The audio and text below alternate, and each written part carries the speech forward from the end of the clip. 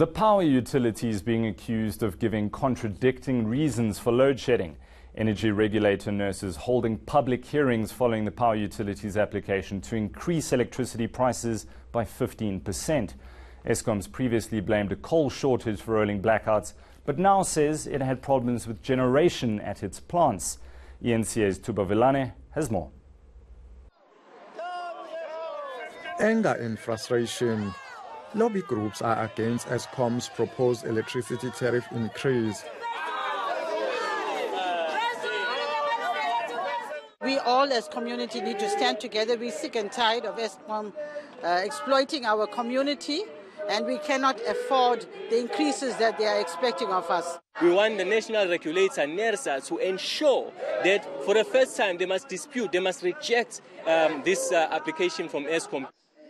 Inside the International Convention Center, men in suits are trying to convince the public that prices must be increased yet again.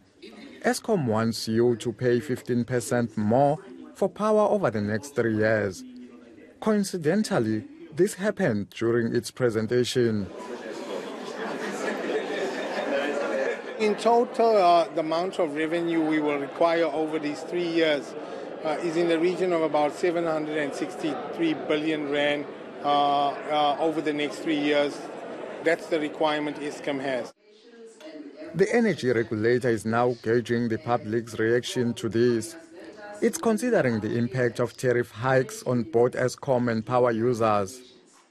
They had informed us that the load shedding could be caused by the shortage in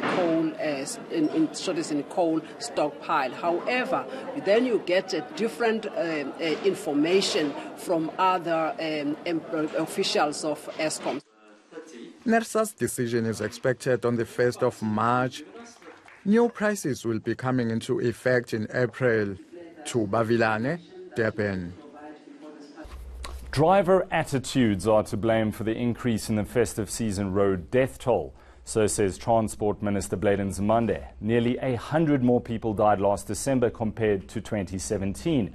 ENCA's Govan Whittles has the story. A festive season road safety report that's left the minister fuming.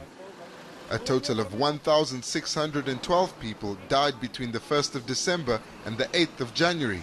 That's compared to 1,520 the previous year. There's a lot that we've done, and there are some improvements that are happening. But it's far from enough. There are just still too many road crashes, too many deaths, too many injuries. We are the first ones as government to actually admit that. He's fingering people's attitudes around drunk driving and speeding as the cause. 2,223 people were arrested for drunk driving over the festive season. Now the government wants to make it harder for them to get bail.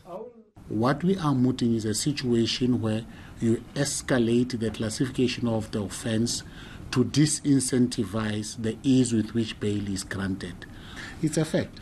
You get pulled over from a roadblock. If you've got 2,000, you pay 2,000. Even if you still have enough alcohol in your system, you are allowed to go.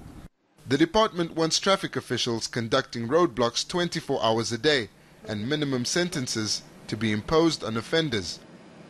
But Minister Bladen Nzimande believes moving passenger transport off the road and onto the rail system is the only way to drastically reduce deaths. Govan Whittles, Pretoria. Chris Hani's killer, Janusz Walusz, will remain behind bars. He was again denied parole on Thursday. Walusz is currently serving a life sentence at Kgosi Mampuru Correctional Centre. Along with Clive Derby-Lewis, he masterminded the assassination of Hani at his home in 1993. In November 2017, Justice and Correctional Services Minister Michael Masuta refused Walusz's parole, citing the fact that he continued to justify killing a communist.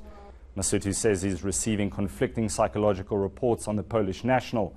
And while he's shown remorse for Hani's family, he's still not sorry that he murdered Hani.